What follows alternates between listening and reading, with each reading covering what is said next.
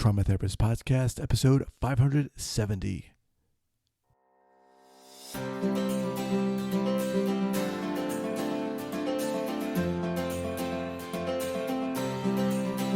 All right, welcome back to the Trauma Therapist Podcast. My name is Guy McPherson.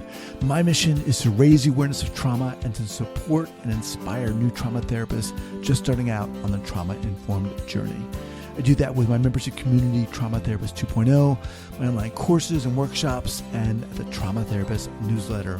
If you're a therapist of any kind and you work with individuals who've been impacted by trauma, I invite you to head on over to my website at thetraumatherapistproject.com. That's thetraumatherapistproject.com. All right, let's get started. All right, Kaity, here we go. Let's make sure. All right. Okay, so 5, 4, 3, 2, and 1. All right, folks, welcome back to the Trauma Therapist Podcast. I am very excited today to have as my guest, Kaitlyn Rose Holsapple. Kaity, welcome. Thank you. I'm so happy to be here. All right. So Kaity is an intuitive healer who offers classes, workshops, retreats, trainings, and yoga therapy for individuals suffering from anxiety, PTSD, and depression. Kaity is a trauma-informed yoga therapist with a specialty in helping individuals who've experienced sexual trauma, emotional trauma, and mental health imbalances. All right, Kaity. So first of all, I'm really excited you're here because of the whole topic of intuition and so forth. So we'll get into that. But before we get going into that, share with our listeners where you're from originally and where you are currently. Totally. I'm from Colorado, both originally and currently, different location, but I've been in Colorado. I've moved out of state, but came back because I just really love it here. Okay, awesome. All right, so let's dive in here. How did you get into this field? Yeah, that's such a that's such a juicy and big question. This field of trauma healing, especially from the somatic orientation, what really took me here was actually my path and my connection through yoga initially. So my yoga practice really brought me into this deeper connection with my body and with the healing capacities that live inside of each and every one of our bodies. So I really started off through meditation and through yoga, and during my first initial contact points with these experiences, I was having such profound shifts in myself, where I remember one of my first restorative yoga classes, which is a style of yoga where you just have like a bunch of pillows and you lay in these different shapes for long periods of time. I remember like so vividly my first conscious in my body moment where I was like, oh, I feel like, what is this? And it was really just my relaxation response for the first time that I like had remembered in my life. And this was when I was, I believe, around 18 years old. And so that just really intrigued me and drew me in to study this field of yoga quite deeply. And through that, I also just felt really intuitively drawn to learning more about the nervous system, learning more about trauma healing. And I didn't really realize why I was so called to working with trauma healing. And like now I know, because there's so much trauma that had not been healed and resolved in me. But that really came full force to my awareness after a sexual trauma that I experienced. And fortunately, Sorry, let me just interrupt you for a second. What became a realization to you? That why I was so drawn to trauma healing was actually that there was a lot of unresolved trauma within me that I always felt, but I didn't really have words to describe. Like it's like this feeling like something doesn't feel right, but I don't know what it is or why it is. And so learning about trauma and trauma healing felt really empowering in that way of just understanding more of like why I was wired the way I was and showing up in the way that I was.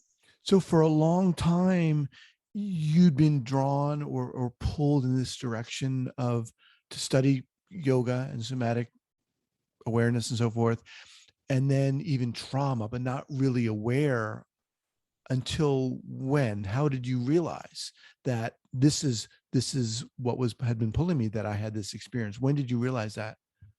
So I had a very like explicit sexual trauma experience, and this was several years ago. And it created in me pretty intense PTSD symptoms and PTSD experience that definitely allowed me to understand the depths of trauma in such a more real conscious way. And through really looking at this and healing this, I've had different memories and experiences and things from my past coming to the surface that I had just kind of like put into Mm, the bottom of my awareness, or like into the subconscious, the unconscious aspects of my being, because I didn't have the skills, the tools, the presence really in order to fully be with them. So I would say a huge part of what started to reveal some of the more like childhood or early life trauma experiences was actually starting to heal my adult traumas, I and see. it started to kind of unwind stuff that was on deeper under the surface there. Okay. Okay. Yeah, So walk us through how you get to this point where you're like, all right, I want to start helping other people. totally. Yeah, that's been with me since I've been pretty young, actually. And that's another thing that really called me to this field of yoga, was feeling the impacts it had on myself and really Hmm. feeling how medicinal that is for our world right now. Um, Especially in this realm of mental health, because that's been an area that I've really struggled with in my life, that I've had a lot of family members struggle with. And I found these incredible tools and practices that were so restorative in nature for me. And it just became very natural for me to be like, okay, this is really helping me. And it's part of like what I was born to do, is to bring this work to other people and to empower others in their healing and especially trauma healing journey. Mhm. Yeah. So, Katie, talk to us, well, walk us through rather, when you decided that, you know what, I need to get some help or whatever from this sexual assault that happened. Mhm. Well, interestingly enough, I actually started more of my own personal trauma healing before the sexual assault that I experienced, because I had a moment with a group of people in like a training container where I was pretty much unraveling panic attack, like just this like wild experience of feeling completely untethered. And so that was a big moment for me to realize, okay, I need some like actual Hmm.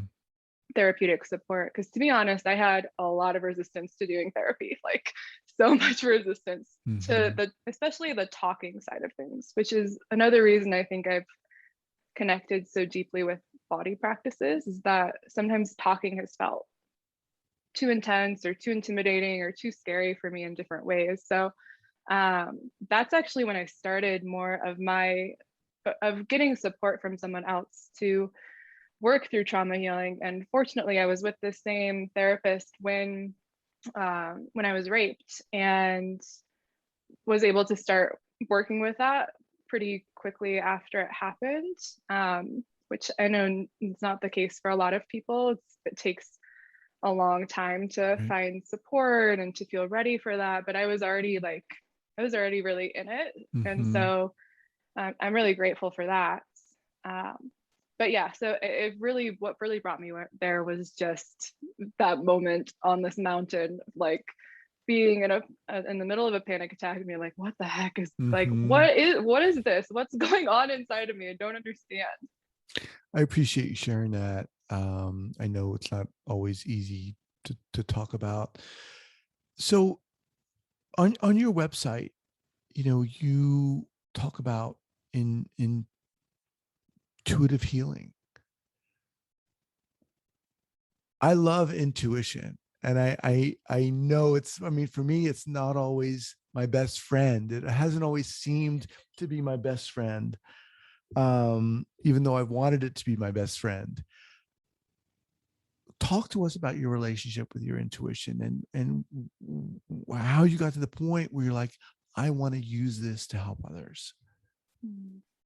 Such a beautiful question, and so potent too, because I know a lot of my students and clients actually come to me being like, I have these like intuitive feelings, but I don't know really like what's intuition, what's just my fear, and how do I actually really like start to work with this? So I love that question. And what's really interesting is actually through the somatic yoga therapy process and through working with the felt sense sensations in the body, as well as some of these more energetic practices that I really utilize in the healing process that I do.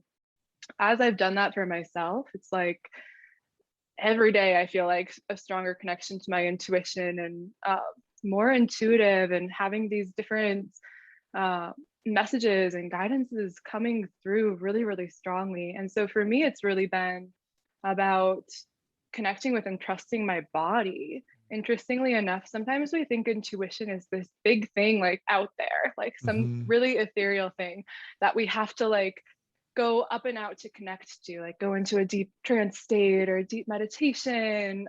But really, it's actually your body translates that information. And the more you start to get to know your body and the different qualities and tones of sensation, the language that your body speaks, really, we have to become a translator for it. And then Hmm. you're able to actually identify where the intuition inside your body lies, what it's saying, what it's speaking to, and where that voice is coming from. Because we have many different voices, some of which are more fear based, and some of which are actually more connected to an intuitive knowing, and what I'll call connection with your soul. When did you create or start working with other people? And do you work with women and men or just women? I have worked with women and men. I mainly work with women now, Okay. just because so much of my private practice focus has been on healing sexual trauma. And I know many men have experienced that as well. It just doesn't seem to be quite as strong in their collective, Hmm. speaking really broadly, it look like collective healing. This is like coming up really strongly for a lot of women and even non binary people, um, of really wanting to look at and heal from sexual trauma. It's just like, Yeah. really stirred up, Yeah. which is great. So can you repeat the question? Sure. When did you start working in this manner to help other women? Yeah, so I started working one on one probably around 5 years ago, and it's kind of it's just been such a fluid and intuitive and adaptive process where my work has just become gradually more and more and more somatic and intuitive in nature. And I think that speaks to kind of where I'm at in my own healing process and the work that I've done. Um, because when I first started, it was actually quite a bit more like a one-on-one private yoga session. So if you've Hmm. gone to like a yoga class, this would be like a private yoga class, customized to what your body, your mind, your heart needs. And nowadays it's that, but it's quite different too at the same time. A lot of my clients kind of walk away being like, whoa, like what the heck just happened? Like what even was that? And what it is just that deep connection to the felt sense, the sensation body, which from a shamanic perspective literally takes you into a different quote unquote like realm of being, a different realm of experience. Let's get a little more specific here. What do you mean that by that when you say, your clients are walking away like, oh my God, this is intense. What does that look like? What are you doing or guiding? Yeah. So what's really happening is this guidance, we're dropping deeper and deeper, deeper brain wave states. And through that, there's a relaxation that can occur within the body. And also almost you could compare it to like a hypnosis, but it's different from that, but almost like that same state where you're just entering a different kind of way of being, way of seeing the world, way of feeling even.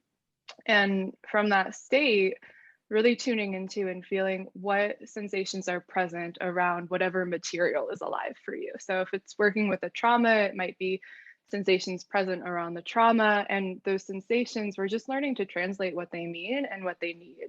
And so all sensations are like messengers telling us different things about what our body needs, what are like the voice of our intuition, what energetically wants and needs to happen. A really like basic example of this is when you're hungry, you can feel it as sensation in your body, right? That's just Mm-hmm. a very like gross, tangible example of that. So we're doing that, but in such a more subtle way where we can actually start to learn to read what emotions are still in the body, like still in the tissues of different regions of the body.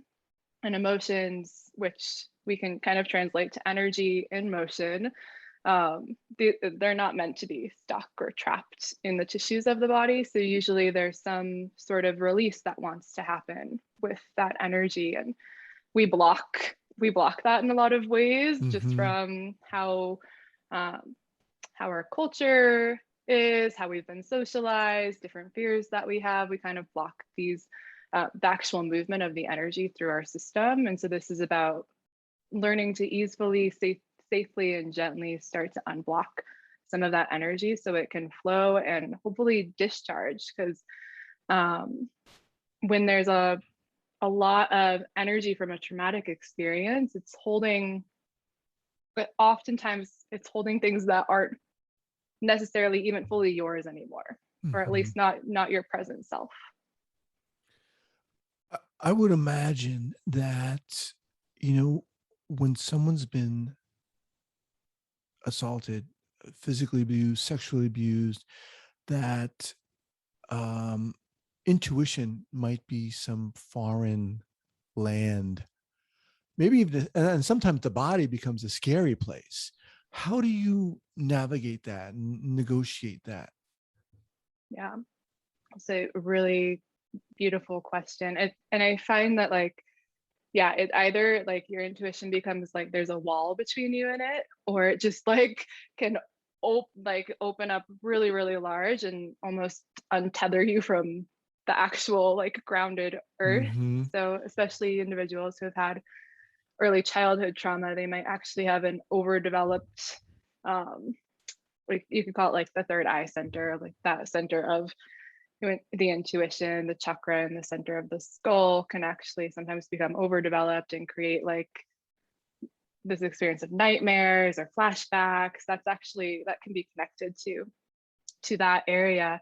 But what you're speaking to is actually really common too, which is the like feeling blocked, cut off, or just like that's not accessible to me. It feels too scary to go in there. And Mm-hmm. really, the answer is to do it really gently, especially when the body has been traumatized. It's like we're not going to go diving into the deepest depths of the ocean if there are still a ton of sharks swimming around in your mind, right? We got to make sure that the waters feel really safe and really actually pleasurable to you to be in. And so what that means is we might just kind of skim on the surface a little bit and use a lot of what many trauma therapists call resourcing practices, orientation to the sense gates, connection to the environment, connection to things in the present moment that are okay, that can give your nervous system a sense of like, okay, I'm safe enough right here and now. The trauma isn't like happening in this present moment. A lot of us are walking around with our bodies feeling like the traumas of our past are still happening right here and now. Right. And so we have to kind of give ourselves space, gentleness, and time to build enough safety with ourselves, with whoever you're working with, in order to just start touching the waters, like just Mm-hmm. touching them. And then as you touch them, it starts to feel like, okay, this isn't so bad. I can do this. Right. And maybe actually it feels kind of good, or there's like some sort of like pleasure or relief that comes from doing this. And then you can go deeper and you can come back up and you can go deeper and come back up. And then eventually doing this work, you can scuba dive and stay down there for a long Mm-hmm. time and feel really safe and good and actually reach more of the bottom depth where you can start to extract some of that really, really deep intuitive knowing, some of your soul presence, and what I really love to call soul power. It's like the power of your unique you-ness, um, your self beyond your personality. Let me Yeah. just remind everyone that I'm speaking with Kaity Rose Holsapple. Her website is hertemplehealing.com, hertemplehealing.com. Let's talk about an early clinical error, if you will. When you first started getting into this, my guess is you've learned a lot, but share with us what it was like, or can you give us an instance of, when you first were doing this work where you made a mistake. Yeah. We all do. Yeah. Absolutely. So for me, this was, I spoke a bit about this a little earlier on, but and this might not make a ton of sense to those of you who don't have a background in yoga therapy. So I'm going to just lay a little groundwork for that first so that it really feels clear. Because yoga therapy is different than yoga classes. This is very one-on-one, almost pathogenic, really working to support people in healing from different things, whether that's trauma or cancer or arthritis or scoliosis. There's a whole range, name a condition, there's a yoga therapy, there can be yoga therapy support for that. And so that's where I was when I was really starting out. And what didn't work for me was actually that more pathological approach of this type of yoga is good for this, this breath is good for healing anxiety, this, do a back bend if you feel depressed, right? There is gift to that knowledge, there's truth in those benefits, but it was almost like bypassing the intuition, the knowledge inside my clients by just being all right, so you're having anxiety, we're going to do this breathing practice. Mm-hmm. This is going to help you because it helps everybody with Right. anxiety. And it's just the body doesn't work that way. Everybody is so unique. And so what really pivoted, and I feel created a lot more impact in my one-on-one work, is when I stopped doing that and I started just getting really curious around, well, what is this person's body actually showing me needs to happen? I can hear what they're saying, they're feeling, but what's the body actually showing me here? Yeah, that's really beautiful. So basically, you were really trusting the person sitting in front of you. Yeah. And trusting their and your intuition, your ability to listen. Which is really, really awesome. You talked earlier about initially when you started healing, or I guess jumping on this healing journey for therapy, you didn't want to get into talk therapy. You kind of had a resistance. Obviously, you're talking to some degree with your clients, but how do you feel you're differentiating yourself from a talk therapist? Yeah. So there is talking, of course we have to talk about certain things, but there's not so much storytelling, and that's a really important phase of healing too, is being able to tell your story and share your story. It's so important. That's not really the realm of my work. It's more there might be something that wants to be said, there might be a belief, there might be a memory that comes up, but we try to stay with that from a more objective place of noticing it with awareness, rather than getting super sucked into story mode, which can really take you out of your actual embodied experience and bring you more into a cerebral space of the head of trying to figure out, why did this happen to me? What could I have done differently? What's wrong with this person?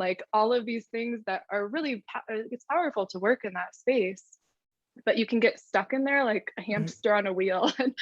And so a lot of the work is actually letting go of some of that story and just being with what's present right now. What are you feeling right here and right now in this moment? I love that. All right. So as we kind of wind down here, um, how are you working with people? Are you only doing one-on-one? Are you doing groups? I'm looking at your website right now. I'm seeing retreat and training. Walk us through what is coming up for you. Yeah, so I do work one-on-one, and I lead other yoga therapists through this modality called somatic yoga therapy. So I'm also training others in doing this work. And we have our first cohort going through right now. It's a year-long process. And so incredible and beautiful to be offering that, because I can see it both like really empowering these beautiful beings and stepping forward and helping others heal more deeply, and also the work that they get to do themselves. And it's beautiful. So that's a huge thing that I've been stepping into this year. And then, yes, I do lead retreats. I have a retreat coming up in January. It's called the Embodiment Retreat. We're going to a beautiful retreat center in Mexico, and it'll be a Wow. week long of doing a lot of felt sense, feeling, processing, and healing work together in community in And is that a for beautiful place. therapists or anyone, or who's the It's audience? it's for practitioners, and it's also for people who want to heal, Got who it. are craving healing. Awesome. Yeah. Awesome. Wow. All right. So let's close out here with a go-to book recommendation. Yeah. So the book right now that I've been really in love with is called Radiant Rest by Tracy Stanley. She is an amazing yoga nidra teacher, and yoga nidra is a deep relaxation and meditation process that very, very powerful. And in the book, she has a lot of information about what is yoga nidra, how to work with it, how to heal your relationship with rest, because so many of us are so resistant to Mm-hmm. slowing down and resting. And she also has, I think, 6 different audio practice recordings that I am just like in love with lately. It's just her voice is amazing, and it's a really powerful resource. So That's totally awesome. recommend anyone who's called to that to That's go get awesome. her book. Awesome. We'll put that up at the show notes page at thetraumatherapistpodcast.com. Let me ask you this before we go. What is it, Kaity, about you do you feel that allows you to do this work? Hmm. That's such a powerful question. I feel it's a calling in me. It's something that my soul came into this life like, this is what we're doing, and really, really strong. When I have tapped into that deep, deep space of my own soul, my own intuition, just feels like this is part of what I'm here for. This is part of what I'm here to do. So I'm in deep alignment with this work. And I think that really creates a lot more depth in healing when the person you're working with is like Mm-hmm. super aligned with what they're doing. So I really, really feel that. And I also know through having my own experiences that that has been one of my greatest teachers of being able to be with other people is. And I think that's true for many of us as practitioners, is you can only really be with someone to the depth that you've been with yourself, and have done a lot of that. And so I can go really deep with people. That's awesome. I asked that question because you really do have this presence about you that is very healing and calming, and not just calming, but allowing. Like, and it's awesome. Mm, thank Yeah. you. Yeah. It's real. And you yourself are very inspiring. I'd love to have you back. I'd love to continue talking with you. It's been a pleasure meeting you and having you on here. Yes, it's been so fun to chat, and I would love to come back. All right. Take care. Yeah.